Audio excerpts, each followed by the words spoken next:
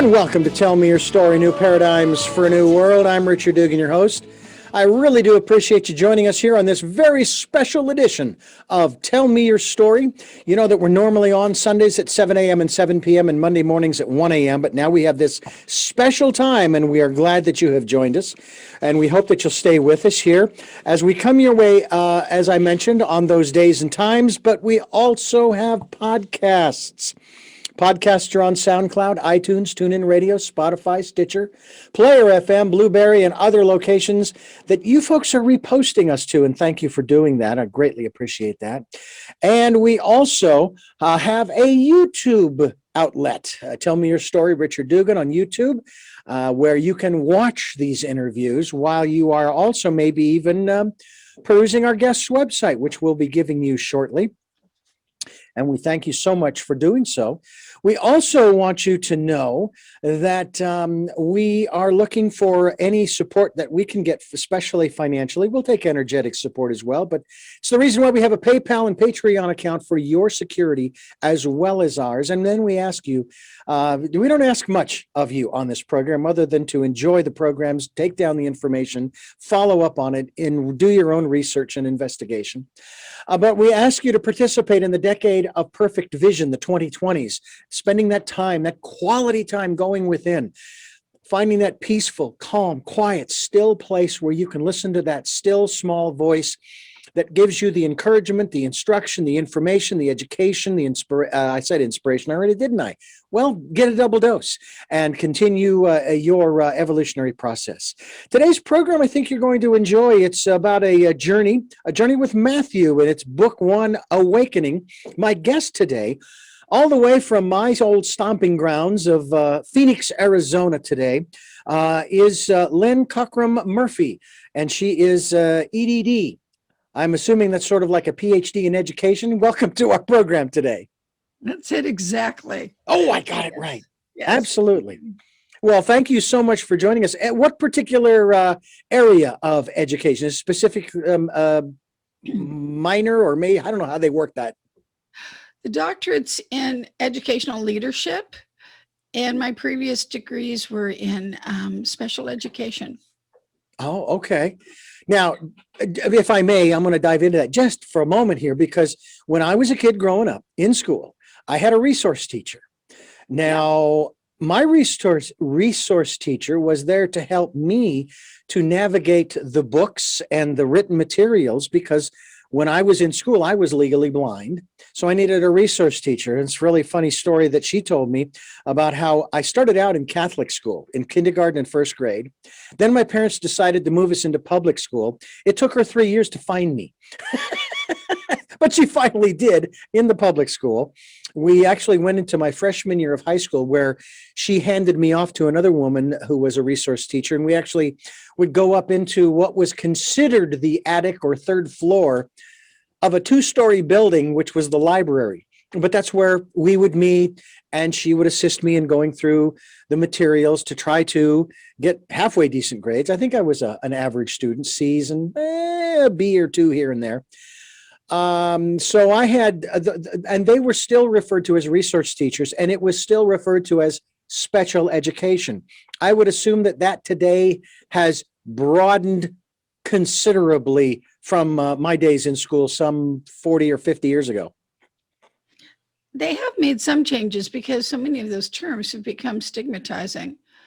And therefore, I had students who would wait until everybody else had gone to class before they would come in through my door because they didn't want anybody to see them, you know. And really, it was meant to be a service to the kids to help them, and then to discontinue when they didn't need it any longer. It was just meant to be a support. And I like that you used the word resource, because that is what we were. Well, I still had the stigma because people did know her, but it wasn't because of her. It was more because I had to carry around large print books. Yeah. You should have seen the dictionary. Would not fit in my locker. This was a big book, let me tell you, and it was only volume 1. But I then, of course, started getting into talking books for the blind and recordings for the blind. One is recreational, the other one is more textbook or academically geared. And so I was actually listening to audibles before audibles were audibles. Right, right. The first versions. Yeah, exactly. And I loved it. Matter of fact, what was so cool about it was that when I was growing up, I would put on a book, either on a piece of vinyl. And folks, for those of you who know, there's 33 and there's 45 and there's 78. But did you know there's 1 7/8? That's how slow a revolution, 1 7/8 revolutions per minute. And one side of a record would be 45 minutes long. Huh. And I would put one of those records on and I would listen to whatever the book was, and I would build models of airplanes and boats and ships and, and listen to these stories. And it was just a wonderful time. All I can tell you, it was great. But I'm glad that you are in this educational system, but you are also an author. And you also have an institute I would like to talk about as well, the Desert Jewel Institute. Why don't we jump in right there for just a few moments? Tell us about this institute. Where is this specifically located, and what is it that we'll find at this institute? The institute is the name of my business, and it is the umbrella under which I teach classes, provide services one-on-one to people, run groups, meditation classes, data healing, and occasionally events to talk about my books or just to bring people together. So this is an institute to generate, shall we say, community. That's a good way to put it. And that's a huge thing these days. I know that a lot of people are now talking about the whole aspect, and they're looking at the positives that are actually coming out of the pandemic that I'd have to say we are starting to come out of. And one of those is that very thing. But there's also another aspect of it, and that is that there is this spiritual awakening. People are starting to wake up and say, you know what, there's more to this life than this life. And there's more that I need to be doing and so forth. And I would take it that A Journey with Mathew, book 1 in particular, and many of your other writings as well, that's kind of what they're about, isn't it? All of my books are about spiritual path. Mm-hmm. And in the first book, Living Hope, Steps to Leaving Suffering Behind, I talk about my journey out of a dysfunctional family with a lot of trauma and tragedy in the early years, and how I used spirituality and the belief system I was given to grow and to find a positive take on the difficulties of life. The next book, Unfolding the Mystery of Self, is about spiritual experiences and how kind of that concept of, what you seek is seeking you. And then the Mathew books, the first one, Journey with Mathew, is Awakening. And the second one is Living God Consciousness. So they're all in that same spiritual genre. Same genre, yeah. So tell us a little bit about your, it's just kind of a strange question. And some people might even think, well, that's an awfully personal question. But can you tell us a little bit about your inner life, your spiritual growth and progression from the turmoils of your youth and young adulthood? So a couple of things. One was that I think my family had given me just enough religious information that I believed that there was what some programs call power greater than yourself, so that there's something bigger than me out there, and that it was where my solutions lied. It's where the peace that's where the peace was available. So I started searching when I was still a teenager. I mean, I even started, I'd ask people, well, you seem to be wise. What do you know about? But I also joined a Buddhist group and studied with them for some years, and then moved into a New Age Christian commune and studied with them for some years. And that's also a set of mutually exclusive terms as far as my learning is, because I tell you what, working for 15 years for a Christian radio station, New Age and Christian, it's like gasoline and fire. Yeah, this minister was really, really open, very beneficial. Let's see. Since then, now it's more like wherever I'm led. So I have attended the Methodist Church here. I've attended the New Vision Center. But so much of what feeds my soul is just the quiet time, going within and being guided and following that guidance. So it may put a book in my hands, it may put a person in front of me, but it's always living in that place. And that was an evolution, of course, in my life, from, a wayward teenager at one point to a seeker. Interesting.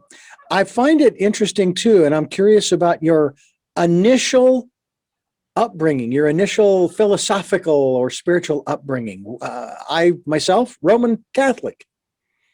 What about, and I lived next door to a Mormon family of 9 kids. And of course, if you know anything about the history of Catholicism and Mormonism, it's like, again, gasoline and fire. But hey, we got along just fine. Thank you very much, ladies and gentlemen. What about you? What's your philosophical underpinning? The different relatives took me to different churches. So I went to the Nazarene Church, the Presbyterian, the Methodist, the Catholic Church with the grandparents.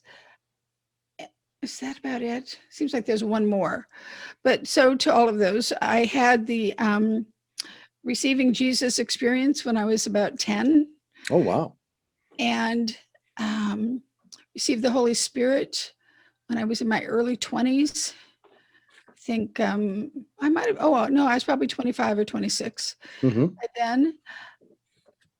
So all of those influences, what's also interesting to me is I had to go and look in other places, because although my family said Christianity is the answer, I saw my mother, who experienced the same tragedies I did. I saw her not finding enough solace in the religion, that the depression that she experienced, the unhappiness that I saw in her, and then eventually alcoholism, that I was like, well, if the church and the teachings are so great, how come this woman's so miserable? And I understand it a little differently today, but that sent me searching and, looking at a lot of different religions. I've studied Judaism, I've studied Hinduism, and did a pilgrimage in India for 3 weeks recently. So, maybe the point is there's so many paths, and they're all valid. And just whichever one calls to you. It's interesting that you say it that way, because obviously, again, in I'm sure both of our upbringings, that is not what we heard. We heard there was only one path, there was only one way. And I started taking a look at the life of a human being, and all of the things that we eat and drink, and all of the places we can go, and all of the people we can associate with, all of the possibilities for education, for career.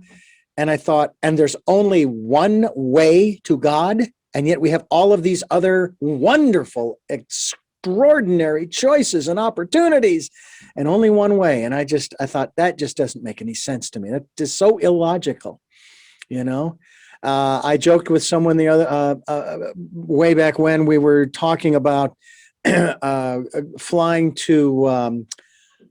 I think it was flying to Europe somewhere, and I can't even remember where it was. It was just a conversation we were having, and they said, "Oh yeah, we'll take off from LAX and we'll fly to the east." And we'll talk.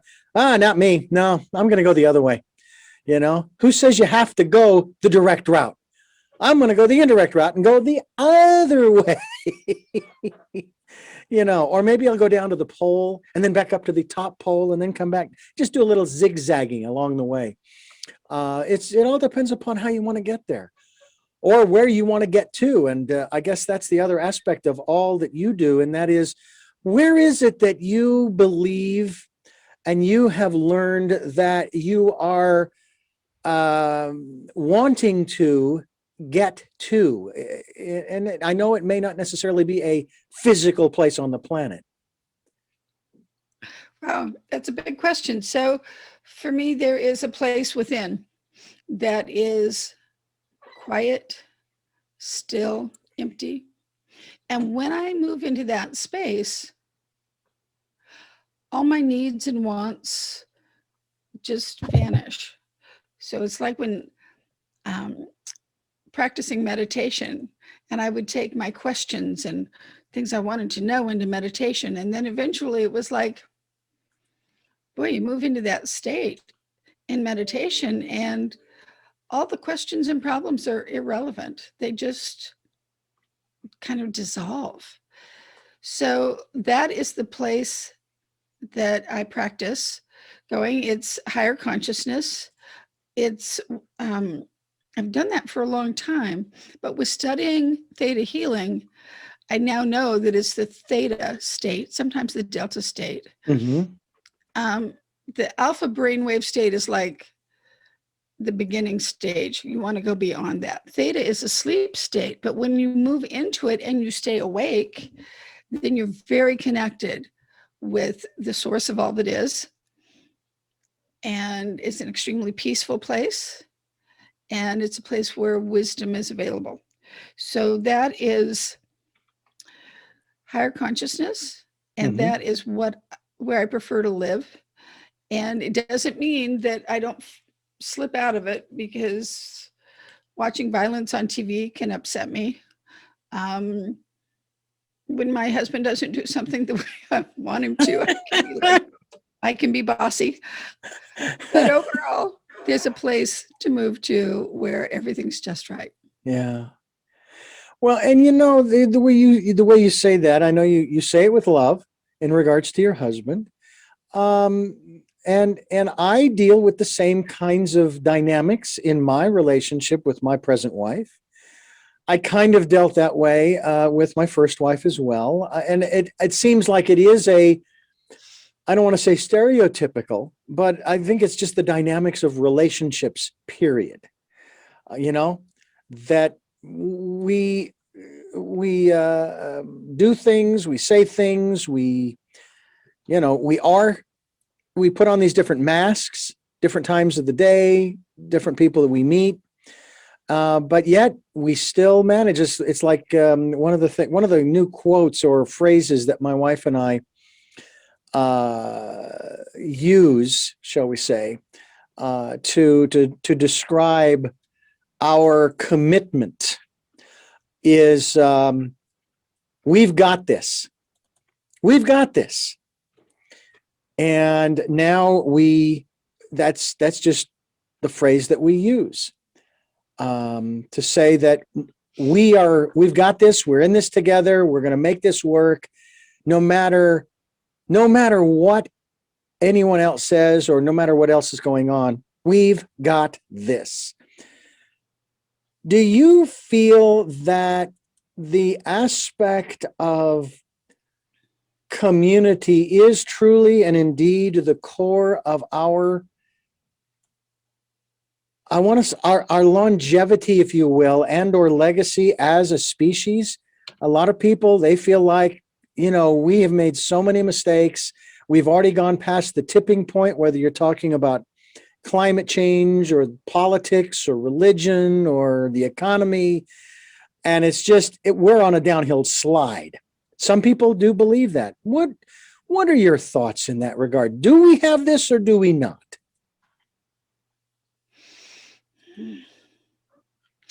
I do think that we are I was going to say a little behind schedule in our evolution. I think that such a big question. We're in a transformative period, and there's like two parts of us. There's the mask that we wear, mm-hmm. and we wear them very much to suit our society and to protect ourselves. But I also think at another level, we're just beings of light. We're just aspects of the totality of the energy of all that is. I think that part of us is just fine and needs nothing, but chose to come here and use this platform for growth. So in terms of growing, we're doing great. And there's more to come. Okay. I think that this is a perfect place to work on your imperfections.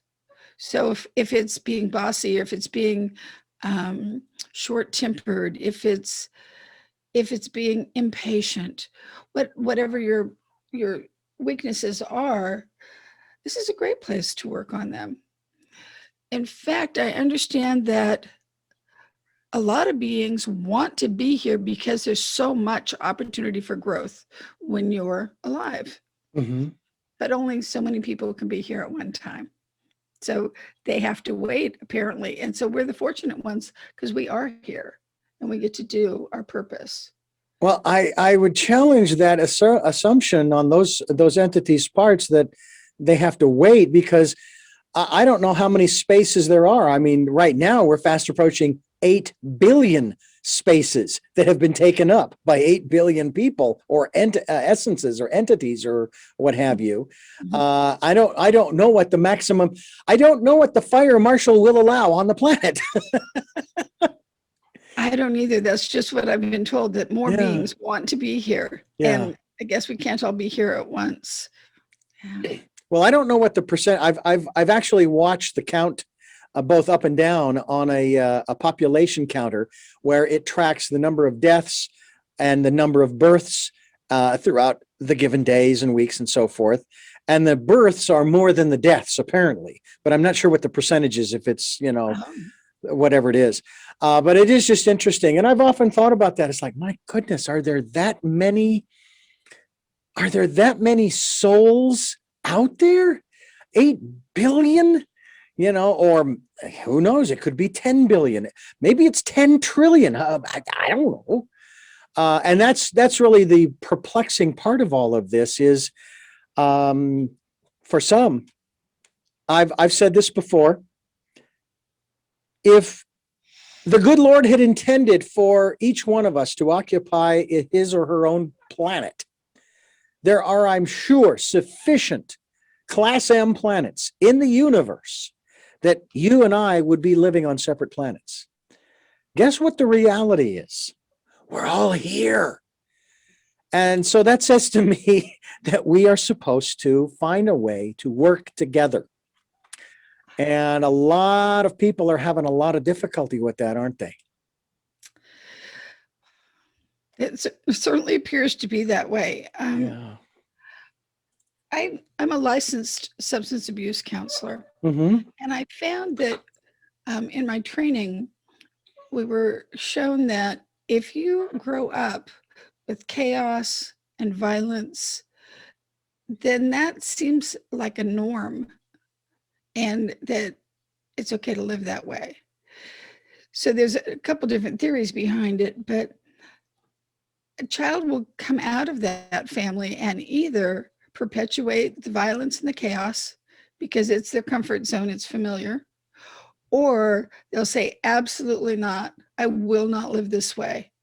And they walk away from it and live a real purposeful life. I've seen people do both.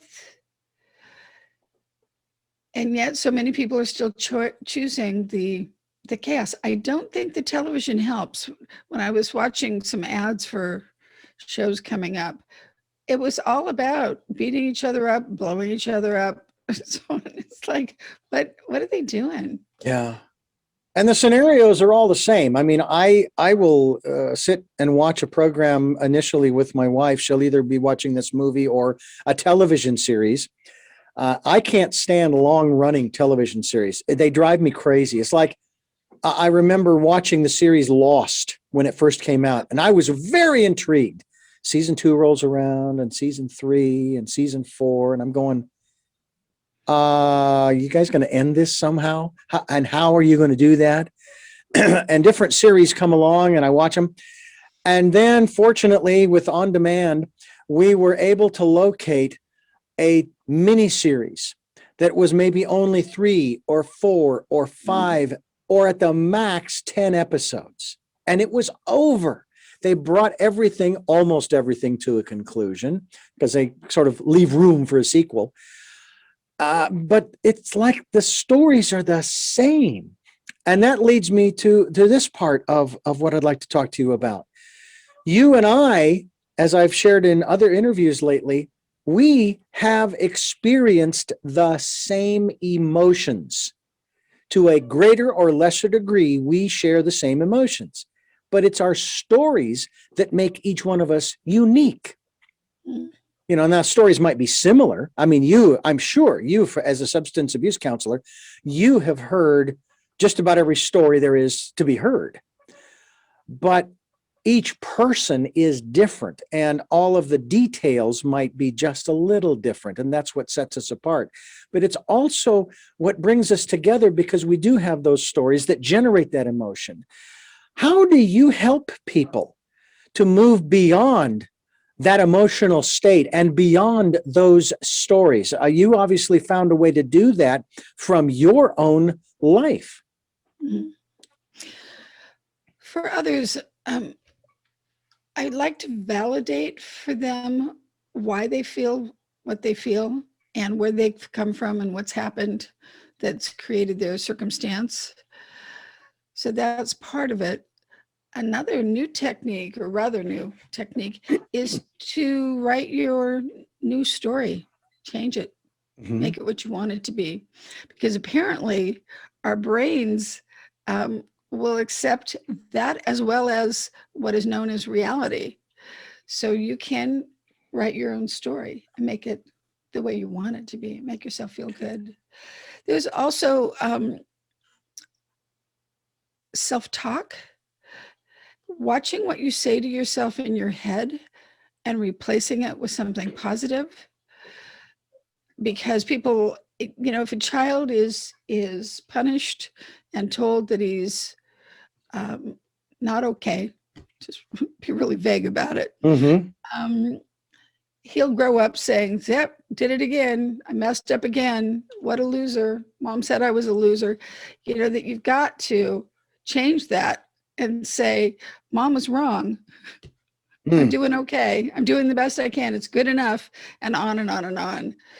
That's where affirmations and growth classes and counselors, and in my case, theta healing comes in, which is a technique that I use where we remove limiting beliefs and we add in downloads of positive beliefs and connect people with their own higher self. So that they can stand in the greater truths rather than the truths that they adopted from family members as a kid or even from teachers. Yeah. And those stories, boy, they just hang on and hang on. And sometimes I wonder with the work that you do, if a person ever reaches a point where that story no longer bothers them.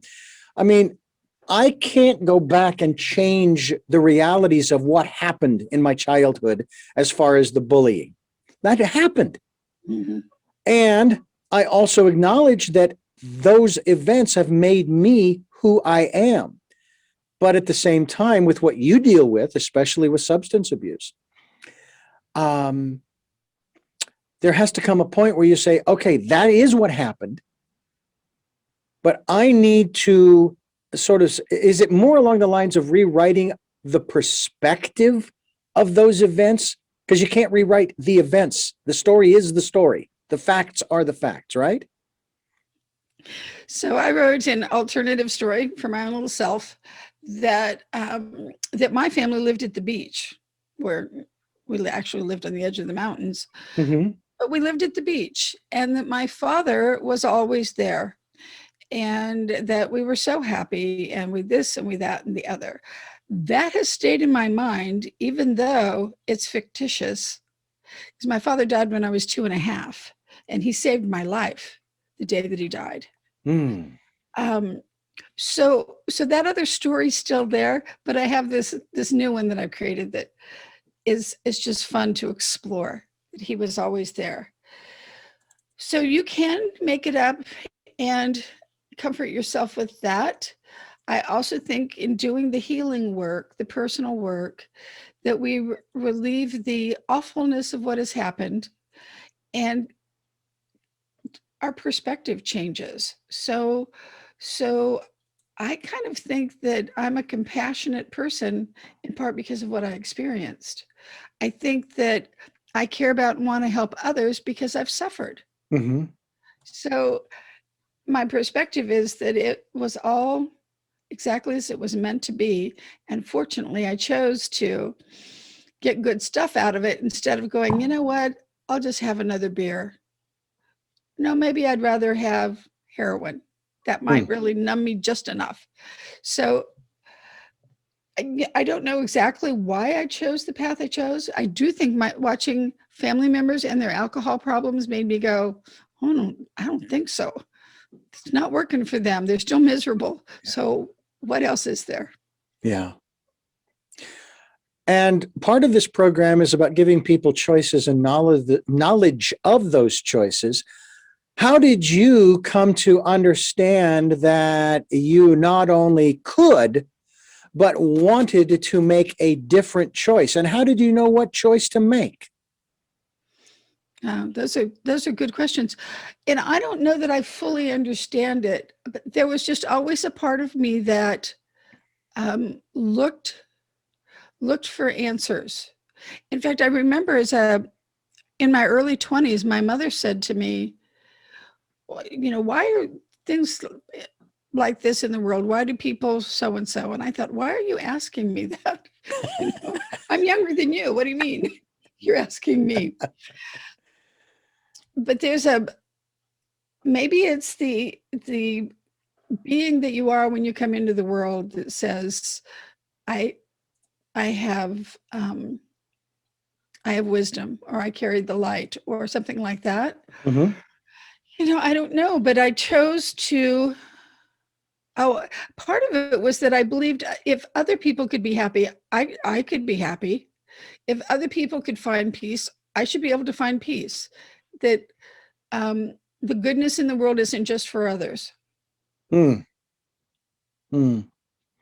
Is that the sense that you do get, that the message that's out there, the it's been actually referred to as BS or belief systems? Do you Yes. believe that? Do you think that that is the belief that has been perpetuated? That that's for somebody else. That this is my lot in life. I'm to be a peasant, and to be subjugated by this group and that group and the other group, and so forth. I think your early life circumstances set the tone. And that's like by age 5, by age 8, 7. That it depends on, because I know my mother was mistreated when she was young. Mm-hmm. And so it was really hard for her as an adult to say, I deserve better. I deserve different. For me, I think in part because of the way that the things that she did share with me, that when I dated one guy who was a little verbally and emotionally abusive, Mm-hmm. my response was like, what are you doing? Why are you talking to me like that? This is our last date, you know? Mm-hmm. So somehow she convinced me and my younger sister that we don't put up with that. And my sister's been very happily married. She's made a good choice. So, but it's interesting because my mother did let people mistreat her as an adult. So, but she had the wisdom and the strength to give her daughters different. So. Different messages. Different message. So, you know, it's funny too, if you think about this, and I'm sure you have, the double standard that's out there. If, let's say, a man decides to take that kind of a position and say, no, you're not going to talk to me that way. He's considered a strong individual. He's considered, you know, to be taking care of himself as well as his family. But if a woman, and I've heard this said, especially in terms of our new female vice president, that if she responds in the same way that some of the men do, she's considered crazy or hysterical or this or that or the other. And it's like, what?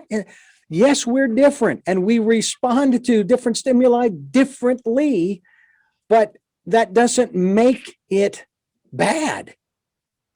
And that's the thing that's always, I think, that's kind of perplexed me. I mean, I have 4 sisters that I grew up with. Never once did I ever think that they were behaving in some strange manner when they got upset over something, because we all get upset from time to time. I think it's old female bashing that is still alive and well, that men were the stronger sex. Yeah. And you know, it's not all men, but the ones who are power hungry, the ones who don't have a strong sense of self, have to stand on the shoulders of other people. And I don't mean that in a good way. Mm-hmm. No, I hear you. Not like we're helping each other. So there are still a lot of people like that around, that dominate, that feel that they have the right to walk over the top of others. Yeah. So as long as that dynamic is still around, that we're going to have women that are persecuted, just like there are groups that will persecute Jews or Muslim or what, you know, there's still hate, I guess, is what it comes down to. Yeah. And so therefore, people like you and I will continue to share our message in that there's love and everybody deserves that. And everybody feels better with that. Yeah. And we have no need to harm others. In fact, doesn't it feel good to do things for others? This is a special edition of Tell Me Your Story, New Paradigms for a New World. My guest is LYNNE Cockrum-Murphy, and she has a book out now, book number 1. Actually, books 1 and 2 are out there, A Journey with Mathew. I remember when you and I were chatting on the phone about the book, and I was trying to pronounce the name on the front cover, and it's spelled Matityahu. And for some reason, Mathew, for some reason, did not click with me. And then you said, no, it's Mathew. And I take it that's probably the phonetics of Hebrew. There are several ancient spellings of Mathew, and they're long and complicated like that. This is just one version. Mm-hmm. I saw several. I think today it'd be really nice if I had been guided to use Mathew, because it'd be so much simpler. But it raises the questions. That's the beautiful thing. Oh, good. I like that. Yeah, it raises the questions. What is that? And where'd you get it from? What does it mean? What language is it from? And it just spurs so many other questions. We are talking with, again, LYNNE Cockrum-Murphy. LYNNECOCKRUM-Murphy.com is the website. That's LYNNECOCKRUM-MURPHY.com. We hope you'll go to her website to find out more about her and the work that she's doing to help you and to help others as well, to live a more fulfilling life. As we continue here on Tell Me Your Story, New Paradigms for a New World, the special edition I'm Richard Dugan, your host, and I thank you for staying with us here on the program as we talk with LYNNE Cockrum-Murphy about her work and the book, the series actually, of A Journey with Mathew, spelled Matityahu. And we thank you for staying with us too, Lynn. It's interesting the work that you do, the institute that you have. We talked about at the first of the program, Desert Jewel Institute. You're a healer, a teacher for deep, lasting change. And you can release the past and the pain, remove limited beliefs, heal emotionally and physically, and become your best self, know happiness and inner peace. I joke with people about how our founding fathers, they gave us so much. In the Declaration of Independence, they talked about these inalienable rights, and among them, they listed three. They only listed three, but it was among all the others were life, liberty, and happiness. Oh, wait a minute. No, it's pursuit of happiness. So that begs the question, Lynn, how do we be happy? According to Morgan Freeman, he says, I found the key to happiness. Stay away from idiots. That was Morgan Freeman. What is LYNNE Cockrum-Murphy's key to happiness? There's a place within us that's always at peace, to find that place, to visit it often, to have it so that you can always go right back to it. And secondly, to be aware of the ways that you make yourself unhappy, because a lot of it is self-done. That would be, if I believe I can never do enough to please my mother, then I'll never be able to do enough, and my mother will never be happy with me, and we will have this rough relationship. But if I can release those beliefs and move to, I'm always enough, I'm always loved, and I accept my mother just as she is, then all the tension just kind of dissolves, and mother can be around and be exactly as she is, and you'd be fine with it, or say, you can't be around too, like set a boundary. So there are so many options, but I think accepting yourself as you are, accepting life as it is. Mm-hmm. I think in recovery programs, they say accepting life on life's terms. Yeah. Healthy stuff. So yeah, those are my ways of being. I'm sorry, go ahead. Well, I was just going to say, go back to the word happiness. So happiness can be really fleeting, but we can practice putting ourselves in a happy state. We can meditate, we can grow flowers, we can brush the dog, pet the cat, do something for somebody else, listen to music. There are a lot of good things that make it really easy to move into that state of happiness. And yet it's the stories that we have been told or that we've told ourselves based upon the experiences that we've had in our lives that then form the basis of whether or not we think we deserve happiness, isn't it? Yes. Some of that can be undone with counseling. Some of it, it gets locked in the amygdala and parts of the brain. So that it really takes some time to undo that, especially when there's depression present. It's very, very difficult, but it can be done, because I had depression at one time that lasted for years, mostly when I was teens and 20s. Mm-hmm. And I don't have depression now. The degree that most people have, that sometimes Christmas is kind of sad because most of my family's gone. But just normal. I mean, that's normal. It's not debilitating. So I think with assistance, with resourcefulness, with a little effort, anything can be overcome. Now, you're an intuitive as well. Is that correct? Uh-huh. Tell me a little bit about that in terms of your tapping into your inner life, that still small voice. Is that the divine from your perspective? Yes. Yes, it is. And the intuition, I think everybody has it. It's whether or not you choose to explore it or develop it or feel safe with it.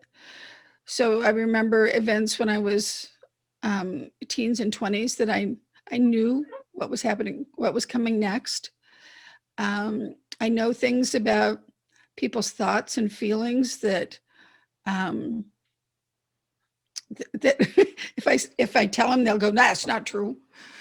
But Denial, denial, denial. bit of, I don't want to talk about that.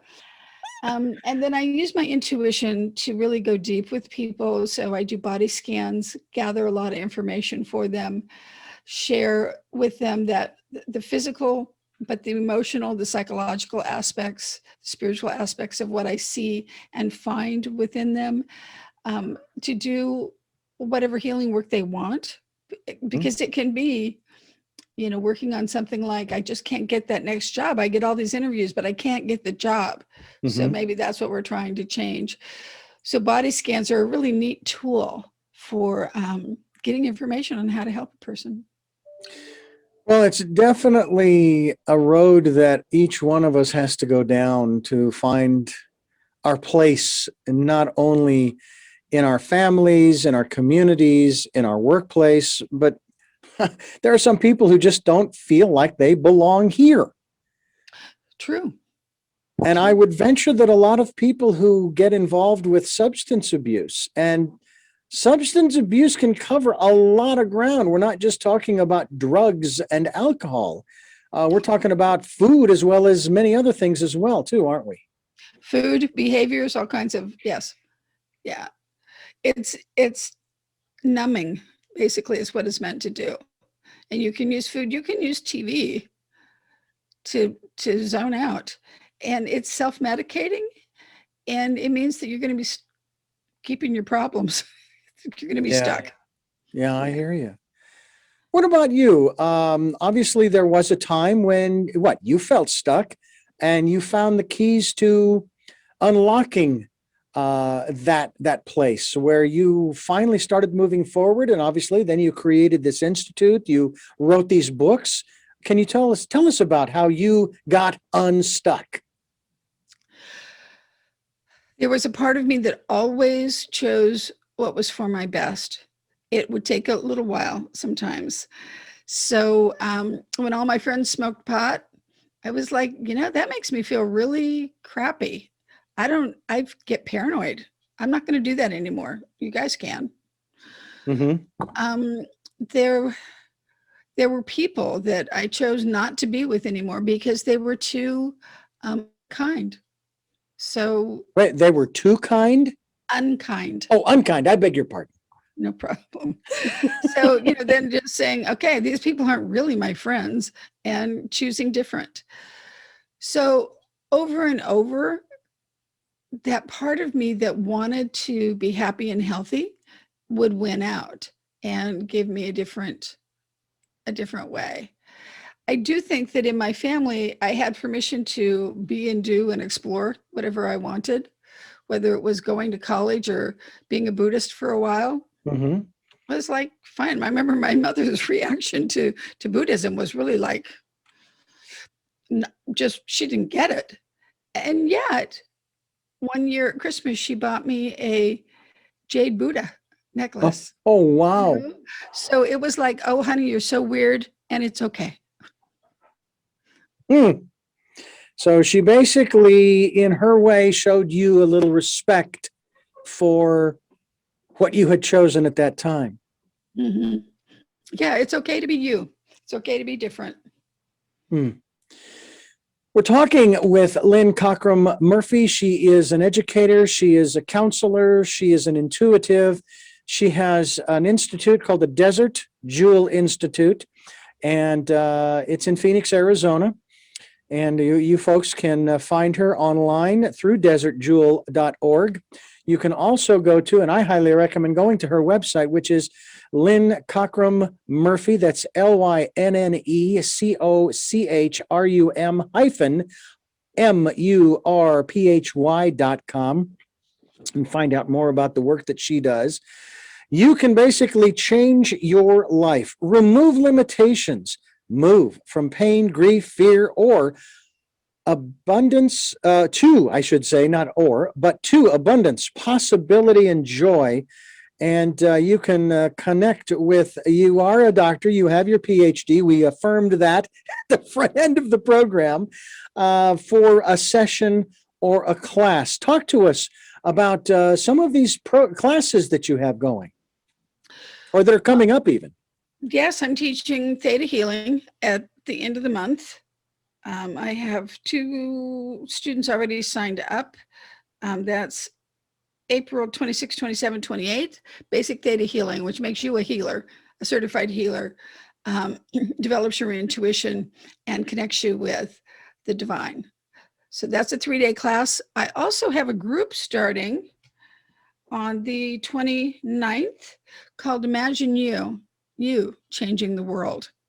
And that's about empowering the people that attend to be the light force that we are and to let that shine, to accept who we are and the tools that we have, and to make a difference, whether it's within your own family or whether it's within the world. Maybe it's in your workplace. So there'll be lots of experiences. It's meant to be very interactive and experiential. It's for 3 months, 1 day a week for 3 months. And it's only going to have 9 people in it. It's going to be a small group. Okay. Yeah. So you better get involved quick. Now, what have you got coming up maybe down the road? Summer, fall? I know that's a long way off. And I also know, too, that things could change between now and then. I'm hoping that here in California, I don't know about Arizona, but California, the governor is predicting, I put it this way, he's saying this, but I say it's a prediction based upon current situations, but it's all in flux, that by June 15th, they will remove all of the tiers, that we will fully reopen. And of course, my biggest question is, does that mean the pandemic is over? But those kinds of things could happen this summer and fall. What have you got going on? The Theta classes, after I teach the basic one in April, then May we have advanced, and then another more advanced, and then one on manifesting in abundance. So there's 6 that I'm doing: April, May, June. I'm taking a vacation in June. Then trying to think. Working on book 3 in the Mathew series, the final book in the Mathew series. That probably won't be out this year, since I've released Journey with Mathew book 2 this year. So there'll be a book launch for book 2. It is in Amazon right now and just waiting for me to do a final approval. So that book is coming out. The Imagine You program is 3 months through July. That's the Thursday afternoon, evening one. After that, I don't know. I feel a lot of change is coming. So eventually I'll be teaching less theta healing and more workshops of my own. The Imagine You is one of those. And I wonder what's next. Well, I'm asking you. You're supposed to know. No, I'll know in time. You'll know in time. Absolutely. And it's okay to not know. It's a kind of a nice surprise sometimes when things just pop up. Well, and as we've talked about, that 2020, 2021, things have really changed. And so I want to be in sync with the changes. There's a lot of new goodness, I think, available to us now. And the heaviness of last year is moving out. So I want to create what fits. I tell you, I can concur with you as far as the craziness in one sense. I've been fortunate that, and of course, I remember when March of 2020 rolled around and they said, we're locking everybody down, stay home. And everybody interpreted that as stay inside. And I kept telling people, they didn't say you had to stay in the house. You can go outside. Just stay away from people other than the people that are with you in that home. So it's okay. You can go get some sun. It's all right. And Yes. just encouraging people, hey, it's all right. You know, and yet I have to say that I am so glad that things are starting to shift, because I don't know about you, Lynn, and because I was still I've been going to work ever since. I mean, I haven't had a day off as far as my regular schedule. I've had weekends, but I've been working my regular schedule since March, since the lockdown. So it hasn't affected me in the same way, although I always have a mask with me. I got one in my pocket now. And sometimes I got to go back to the truck, because I'll get out of the truck and I'll head for the store front. And oh, wait a minute. Okay, back I go. And I have to be careful the way I phrase this, because I then become guilty of that which I am speaking about.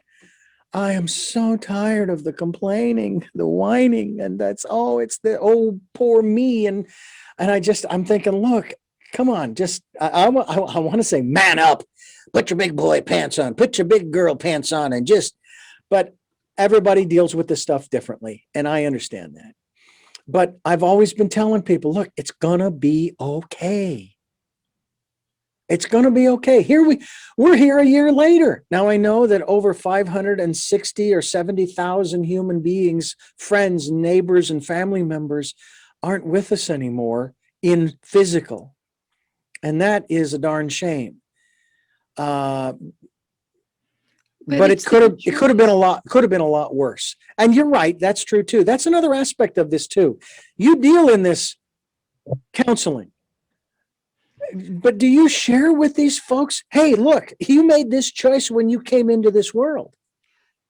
And that's, I think, the truth. And granted, it's my truth and maybe not somebody else's. Right. But everybody's got to die at some point. And I think that we set that up in advance. And you may have more than one window, that you may not take that car accident in 1972, but you do take the pandemic in 2000 and whatever year it is, 21. That's okay. Yeah. So, but you've got to take one of those windows, and it's okay. It's hard for us, I think, when a lot of people go at one time. Yeah. With a pandemic, with a airplane crash, that's a lot for us to manage with our minds, but it's their choice. And it really helps. That's that acceptance thing, to allow other people to do it their way. It wasn't my choice. I didn't get on the airplane. Yeah. But do people that you share that with, do they get it? Do they understand that? Or is that something that maybe is a little bit beyond them at that point, because they're still dealing with the very material world, their physical feelings, as well as you kind of put it this way, and another phrase was they've been self-medicating for whatever reasons. That's what they've been doing, numbing the pain. Do they usually come around, or is that something that you don't usually share with them until they've reached a certain point in their treatment or their counseling?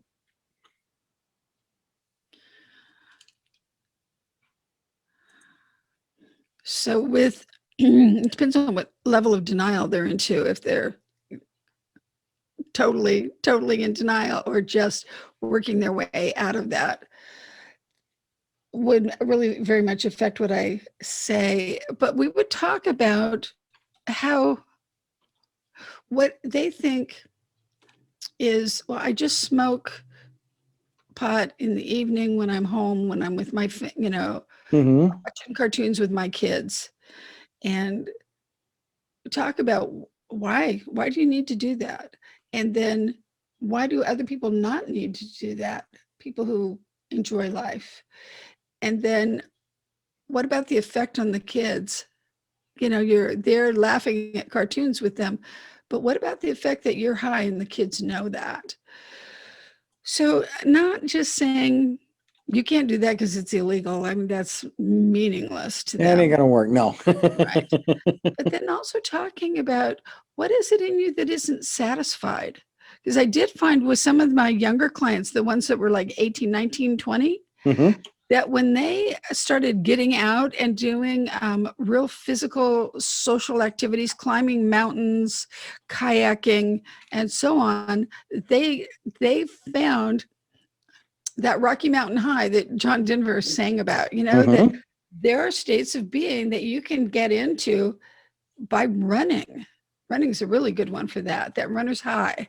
Yeah. Then you don't need to self-medicate because you've got the good feeling that you're looking for.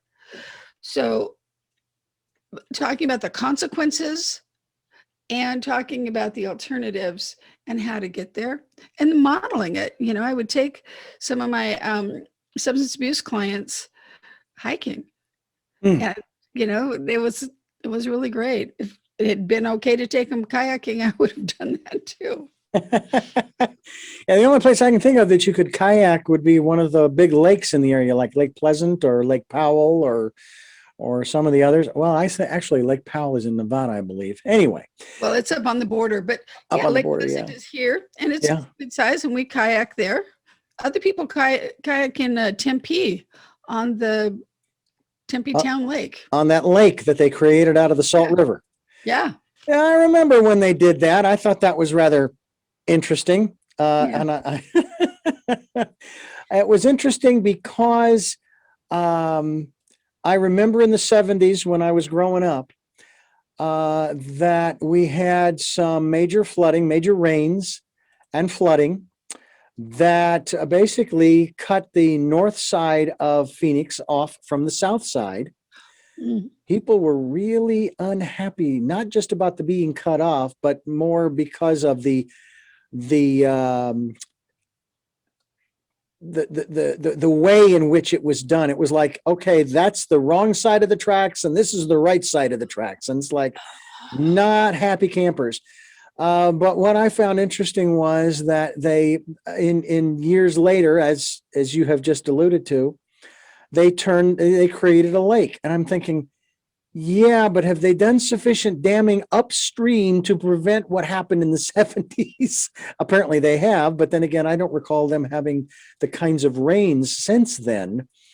And I remember Governor Babbitt, who was the governor at the time, saying that it was a 500-year flood, and it happened twice. Oh.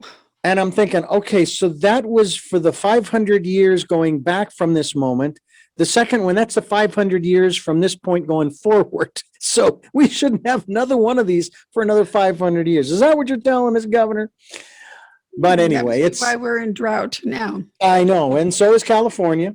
But they're telling us, first of all, as a kid growing up in the desert, my question was always, who was the moron who thought it was a good idea to build a city out in the middle of the desert? And that who was came a kid here before air conditioning? That's right. Well, hey, bear in mind, I grew up with evaporative cooling. Okay. And there were some nights when it got downright cold in that house. Because it was dry enough in June and July, but boy, in August, forget about it. You turn it on, but you wouldn't put the air on because there was already enough moisture in the air. You didn't need to add to it. But I do remember growing up that way, and it was really quite interesting to see what happened. And I don't think it was until after I moved out of my parents' house in 1981 that they had an AC unit put on the house. Interesting timing, but it's okay. What does that mean? But I moved into an apartment that had air conditioning, so it was okay. But it's just really interesting how you've got these two different parts of the world, but we've got the same kinds of people all over the place. You certainly, I don't know how much news you watch or you allow yourself to be inundated with. I would assume probably not much. You don't really need to because you're picking up on it all the time. I don't need to because I am aware of man's inhumanity to man going back eons, and nothing has really changed. Do you think that we have reached a point in our species history, especially with this new awakening, if you will, that maybe we're finally going to turn the corner even just a little bit? to being a little nicer to one another? So it's been said by many people that the dark forces that did influence this planet, life on this planet for so long, are being pulled back and are here to a much lesser degree and will eventually not be here at all. That is part of our evolution. And I know that I don't notice as much of the darker entities around, because it used to be if I went to a restaurant or a bar and then came home, I would have a bunch of lost souls with me that I would then send to the light. That doesn't happen hardly at all anymore. There's just much less of that.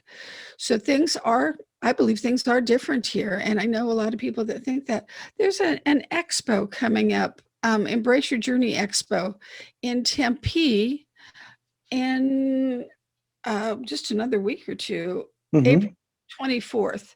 There are a lot of people there that do readings and healing and so on that are intuitives and have this kind of information. That would be something people in the Phoenix area could do. Sure. And again, Phoenix is the fifth or sixth largest city in the United States. I think it's now fifth. When I was a kid growing up, it was 15th. So that shows you how big it's gotten. Yeah, for sure. So that what's it called again? Embrace Your Journey Expo is a great place to go and talk with people about those things and get more information. And of course, I'll be there working also. And what will you be doing there, if you can share that with us? My favorite right now is doing the body scans, giving information, but also I do some theta healing. If people want to change things, that we can do it right then and there, just through those higher states of consciousness. So readings is another thing people call that. Healings. Yeah. One of the things I have shared on this program is that I've been to intuitives over the years. But what I've come to learn, and I'd love your perspective as an intuitive, is that they do not give me any information I don't already know. But what they do give me is a confirmation from their connection to me that what I know is correct. Should I go here? Should I do this? Should I not go here? Should I not do that? If I tap into my intuitive self, I already have those answers, don't I? That's true. And I've never found anything wrong with getting a little support in that regard. Especially when there's emotion attached. So if somebody's aunt passed and going to the funeral would be a real hardship, but they have such a need, such a drive to go, but it's a huge hardship. That would be a great time to talk to an intuitive and see, why do I have this great drive to go when it's such a hardship? Is this really valuable? But my own emotions are in the way. I can't tell. So when our emotions get in the way and our intuition is not able to come through clearly, that's when you want to use someone else. And again, there's nothing wrong with doing that. It's something that we do because we are trying to get a handle on what is so about our lives, isn't it? I mean, we're always looking for that map, that's going to tell us which direction to go. I love my Vedic astrologer friend who, excuse me, and we laid it out. This is the way I put it with him, is that what he does with Vedic astrology is he basically lays out this roadmap, okay, telling you of the conditions that you may come across as you travel down your path. Like, there may be a rainstorm, so you might want to take your umbrella. You don't have to. I'm just saying, you might hit a rainstorm. So if you take your umbrella, you're not going to get as soaked or wet as if you had left your umbrella at home. And he doesn't tell you what your future is. He just tells you some of the conditions that you may come across. And there are methods and remedies that you can use to protect yourself to a point from some of these, what are referred to as malefic events or situations, as opposed to the beneficial, as opposed to the malicious. There are also beneficial situations you may come across. Sunshine going through for the next 20 miles. And I find that interesting, whereas a lot of people, they're looking for answers. They're looking for a prediction. Please tell me what to do, Lynn. How do you help someone with that? Yeah, I usually say I cannot and don't want to tell you what to do, but I can tell you what I'm sensing, that if you go to school and finish this program, that you have created a future for yourself. That means that there's always this opportunity for income.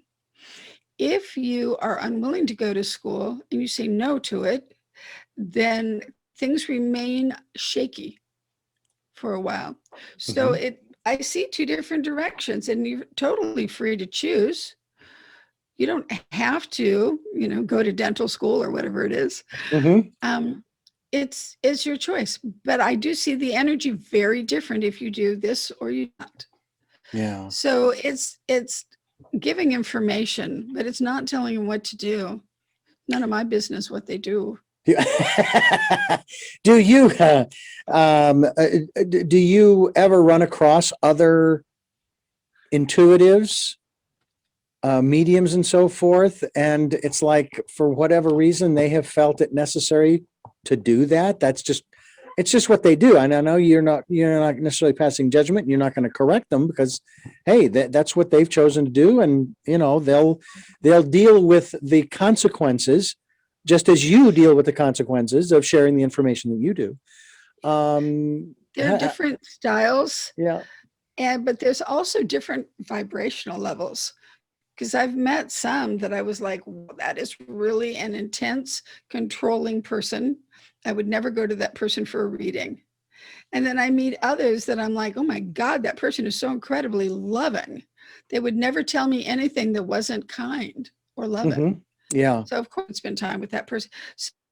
So picking up on that kind of thing, and that tells you too, that this is someone for me and not someone for me. And to pay attention to that, because some people really are lower vibrational, and some people are, they'll use the dark energy as well as the light. And it's confusing. It's unpleasant. It means that you can end up with attachments and other energetic problems afterwards. So I would be cautious. I think that's wise advice. That's where discernment comes in, doesn't it? I love discernment. It's a wonderful gift. Yeah, you want that. Yeah. How do we develop that, though? I mean, a lot of people, they just take the word of someone, and it doesn't necessarily mean that they're seeing an intuitive. Maybe it's a religious leader. Maybe it's a political leader. Maybe it's an educational leader. I mean, I have a great affinity for my Southwest literature instructor, Mr. Miller, who wrote some wonderful things at the bottom of some of the stories that I wrote that were very encouraging. But it wasn't like I would, follow him over a cliff or something. I mean, he's a nice guy, but he never, and I didn't feel he would ever steer me wrong, but it wasn't like I needed to follow him on some journey. But a lot of people do. So there are several factors. One is karma. If I have followed Joe the prophet for 17 lifetimes and he shows up again in my life, good chance I'll follow him again. Or maybe this is the life where I go, I've done that 17 times. I'm really ready for something fresh, something different. Or I learned everything from that person that I needed to learn. And so I'm not going to go in that direction this time. So there's karma, there's like the past and what it's creating for your future, but you're always free to choose. Yes, I'll go down this path. No, I won't. I'm going to try something different. Trying to think what else might come into play. Learning from our past is huge, but maybe there's also the new people showing up in your life and whether or not you choose to make a connection there. Well, I tell you, if we were to begin the process of connecting with you, where would you start with us? And I know everybody's different, but I know there's got to be some kind of general starting place. What kind of questions are you going to start with, or are you going to tap in first? I mean, how does that begin? So when someone schedules with me, I usually make a psychic connection to them before I talk with them, so that I know their energy. I know I have some information. But then when we meet, whether it's in Zoom or in person, I usually ask them, what do you want? Did you have a question? Did you have something in mind already? Then the next thing that I do is the body scan. And from the body scan comes forward a lot of information. And I tell them, what would you like to start with? With one friend, I did the body scan with her and several things showed up. One was a little spot right here on her chest. Mm-hmm. So I asked her, there's this, and there were two other things. Where would you like to start? And she wanted to start with this because this is where she and her husband agreed that he would stay with her after he died. So that's where we started. But so I usually give them a choice. But sometimes people come in with a specific question. I've been invited to move to Missouri. Should I do that? So. Yeah. And that's not an answer that you're necessarily going to give them. Do you then guide them to find their own answer? Well, I might say something like, why does Missouri feel so heavy when I think about you being there? What are you headed towards if you go to Missouri? And then they might say, well, my mother's ill and I'm going to take care of her. Mm-hmm.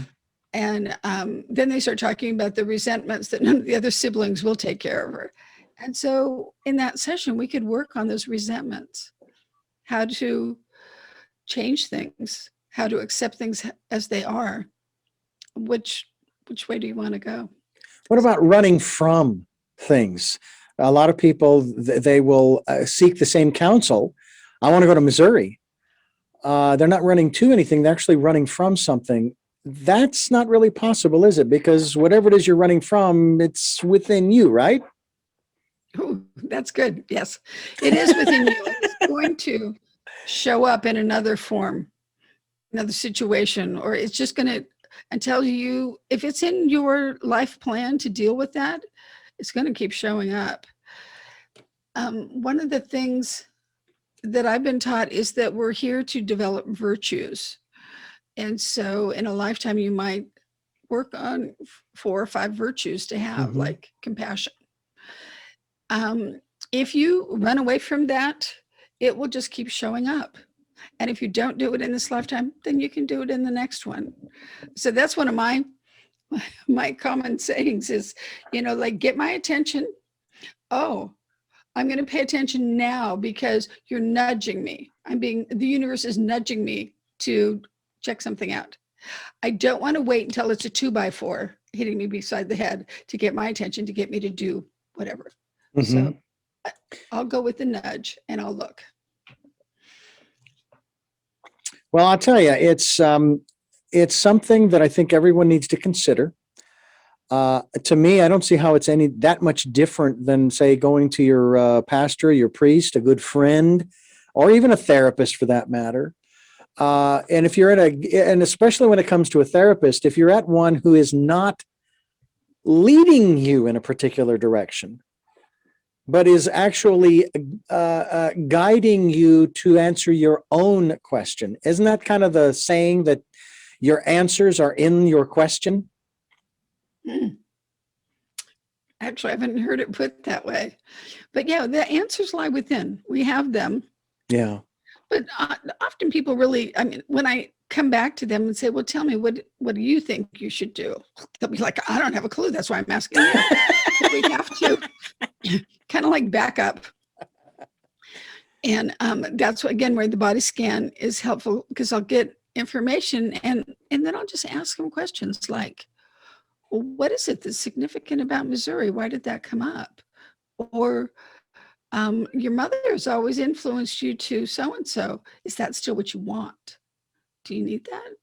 You know, just so as I am grateful that I have the counseling training besides the spiritual training, so I can put them together and make that work for the client. And so it doesn't have to be about me telling them what to do. It's about bringing in divine guidance and presenting that, and then they can decide, but they have support in that decision. Yeah. Yeah. Well, I'll tell you, it's just very interesting how all of this stuff seems to unfold for us. I went to an intuitive back in Phoenix, and after my divorce, trying to find someone. I don't know, maybe it was because I didn't want to be alone, or I just wanted to find someone that appreciated me and vice versa. And the next thing I know, boom, my next wife shows up. And I remember going to a program with this this channel that we would go to. The name of the channel was Equinox, but it wasn't an individual. It was a group that called themselves Equinox. And I remember once the entity said, and this was through an unconscious or this was not, yeah, trans channel. And the entity said, "Why are you still here? You're supposed to be at the ocean." And I said, "I'm working on it. I'm trying." He says, "Well, not hard enough. You're already supposed to be there." Well, I've always wanted to get to the ocean, and finally I made it. I'm living here in Santa Barbara. I didn't expect it to be Santa Barbara, but hey, that's another aspect too that we might talk about maybe in another program. But I like to call them coincidences, those events that coincide, that happen, and they're synchronistic and so forth. When I met my second wife, who is my present wife, she is a native Santa Barbaran. And we had no idea that we would be going down the path that we did. She was working for several different cardiology companies in Phoenix. I worked for several different radio stations over the course of the first 8 years we were together, until we got into our respective jobs that we both ended up leaving. I was laid off or let go, and she quit. The next thing you know, we're making the decision to move to Santa Barbara, the ocean, where apparently I was supposed to be years ago. Yeah. So do you help people to get in touch with that synchronistic part of their lives, in spite of, or maybe because of, the drug usage or the addictive usage of whatever the substances are? That's why you are where you are today. So I only work with people who have been recovered for a good 6 months or more. That I'm not the front lines person for when they're going through DTs. Sorry. Mm-hmm. I am not gosh, I remember those times working with people that they had done meth the day before, and then they wanted me as their group counselor to assist them. And they couldn't even form a single sentence that made sense. And I had to say, when you come back next week, if you're clean for a week, I'll be able to talk with you about that. But right now, like you can't even really talk to me. Have you noticed? And the client was able to say, and his best friend was there in group with him and said, "Yeah, dude, you got to wait because your head's not clear at all." Mm. So, yeah, I don't work with those people now. But anybody who's been in recovery for a while, absolutely. It's a good match because so often, once they're clean and sober for a while, their desire for that which is greater than ourselves really comes to play. And they benefit so much from having that energy in their life. Well, it's really a wonderful thing that if people can come across someone that can be there to support them, such as yourself, I would recommend that you go to Lynn Cockrum's Lynn Cockrum-Murphy's website, which is, of course, as we've said already, LYNNECOCKRUM-Murphy.com. We will be linked to your website as well, Lynn, so that people can just go straight there while they're listening to the interview. We'll have your website posted above you in the video so that people can see it there, and they will be able to jot it down and go to your website and get more information. Before we let you go, I have 3 final questions that I would really like to ask you. You may have addressed them to some degree during the interview, but I like to ask them directly. There's a part of me, my mother always used the phrase, Richard, will you stop being so facetious?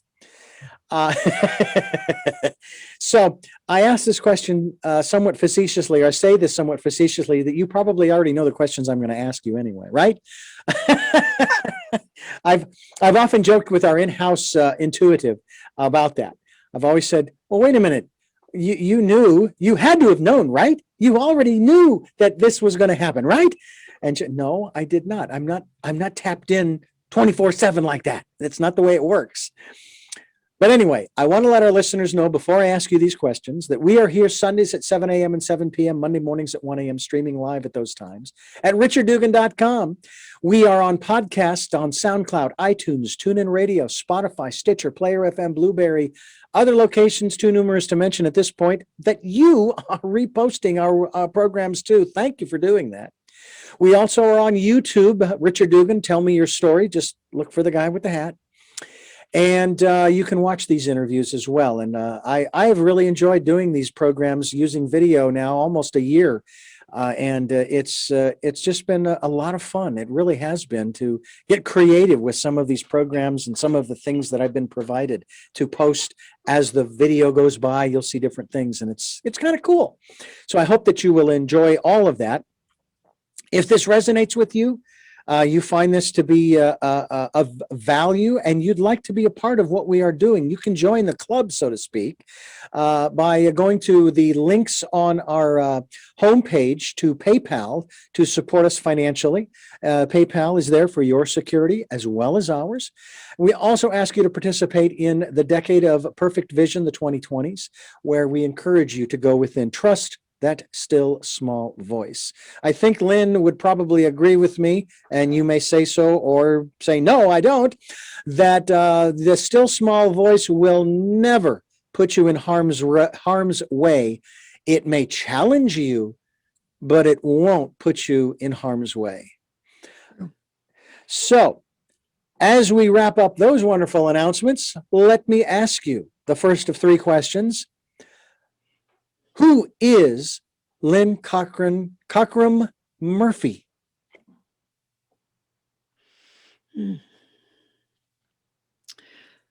I am a light. I'm meant to be here at this time. I'm a teacher and a loving being. What is it that you hope to or want to achieve through the work that you're doing now? My goal is those who come to me to help them find what they're looking for. So if they need an answer, if they need healing, if they're looking for spiritual growth, I'm available. I love my work. And to bring them, particularly with personal or spiritual growth, to bring that for them so that they can move forward. And finally, what is your life's purpose? Oh, that's a big one. Much of it is being a teacher, because I was a school teacher for 30 years. I taught for the university for 15 years. And I've been a spiritual teacher since, I think, the 70s is when I taught my first meditation classes. So a teacher, but a teacher, what did we also call ourselves? Light workers and way showers. So all within that realm. Well, LYNNE Cockrum-Murphy, I thank you so much, Doctor, for joining us today and sharing us your story and the work that you are doing there in Phoenix and the surrounding areas as well. And we encourage people to get in touch with you, whether it has to do with theta healing, energy healing, counseling. Let's see, really? I'm misreading something here. And let me grab this over here so I can see this better. As well as access bars. We'll have to talk about that on another time. Energetic facelift. Now there's a new one, as well as trauma releases. I have a friend who's recently passed who used to do face readings, which I thought was very, very interesting. This is not the same thing. No, it's part of access consciousness. And I don't tend to do much of that work right now. But it was something that I was definitely into for a couple of years there. Okay. Well, you're a speaker, theta healer, author, spiritual teacher, chemical dependency counselor, channel, mindfulness and meditation teacher, as well as an intuitive consultant. And we thank you for joining us here on the program, as well as offering classes in Arizona, California, Minnesota. And you can get in touch with her through desertjewel.org or go to LYNNE Cockrum-Murphy.com. And we thank you again for joining us, and we thank you for listening and watching. Tell Me Your Story, New Paradigms for a New World, giving you choices and knowledge of those choices to help make your dreams come true. Until our next broadcast, podcast, videocast, love to love.